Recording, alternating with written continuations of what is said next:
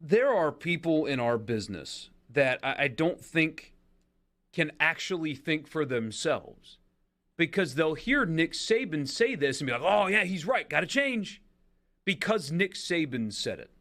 Who has benefited more from the old way of college football than that guy, than Nick Saban? Who has benefited more from the old way than him? And if he actually, truly believed in bringing parity to college football, he would have advocated for a cap on analysts. Because Alabama has more of those than anybody else in college football. Why was it not an imbalance then when you could hire more staff than anybody else?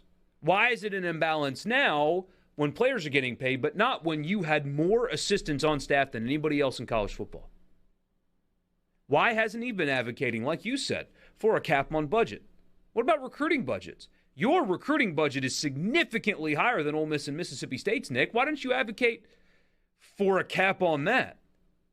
Oh, it's because it gave him an advantage. That's why people in our business will buy what he's saying, and they shouldn't, because if he actually believed in parity, he wouldn't have taken advantage of all of the advantages that he has had until this happened. But he was winning, and it was easy, and they had the most everything. They had the biggest recruiting budget. They had the most money. He had the most assistants. He had the most support staff. He had the most everything. And now Nick Saban doesn't have the most anymore. Texas A&M has the most. Texas has the most, not Alabama. That's where he's coming from here. He's not trying to save the sport. He's trying to save his grip on the sport. That's what he's doing here. People need to see through this. If this was coming from Will Hall, I would applaud it. Because Will Hall's in a situation where he can't compete. If it came from him, good. Hell, if it came from Lane Kiffin and Mike Leach, good. Because they can't compete.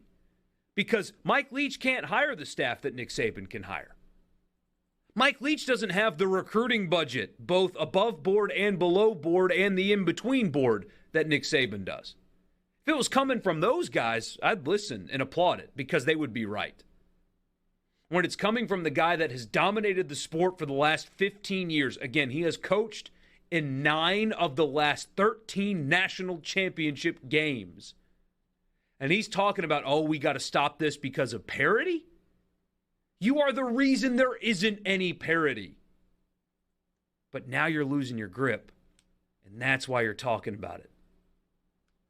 You should have mentioned it 5 years ago when you could hire more assistants than anybody else. See through this, people. See through this. He's not warning anybody other than his own people when he talks like this. Tim and Tupelo says, would your thought process be the same if Nick were at State or Ole Miss? I think I addressed it earlier, but in case you didn't hear it, no, it wouldn't. Because the head coach at Ole Miss and Mississippi State have an argument when they say things like that. It's true when Mike Leach says it. Because Mike Leach, like I said before, cannot spend the way Nick Saban can. He can't hire the staff that Nick Saban can hire. He can't recruit in the same way because his recruiting budget is smaller. And his boosters don't have the NIL capabilities that Nick Saban's do. Now, that's a new thing, but everything else Mississippi State had less of than Alabama. Exact same thing applies to Ole Miss and dozens upon dozens upon dozens upon dozens of other programs across college football. I absolutely would applaud if Mike Leach, the next time somebody hears from him, says, yeah, we've got to put a stop to this because I can't compete anymore. I couldn't before. I can't. They have more money than me.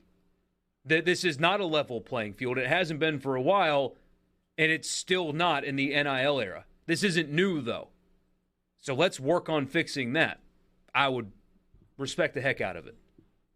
Ole Miss is spending more on their football coach than they ever have before. They're investing more in the football program than they ever have before. Keith Carter is putting his money where his mouth is, and guess what? It's not Alabama money or anywhere close. It's the wrong messenger. Good message, wrong message.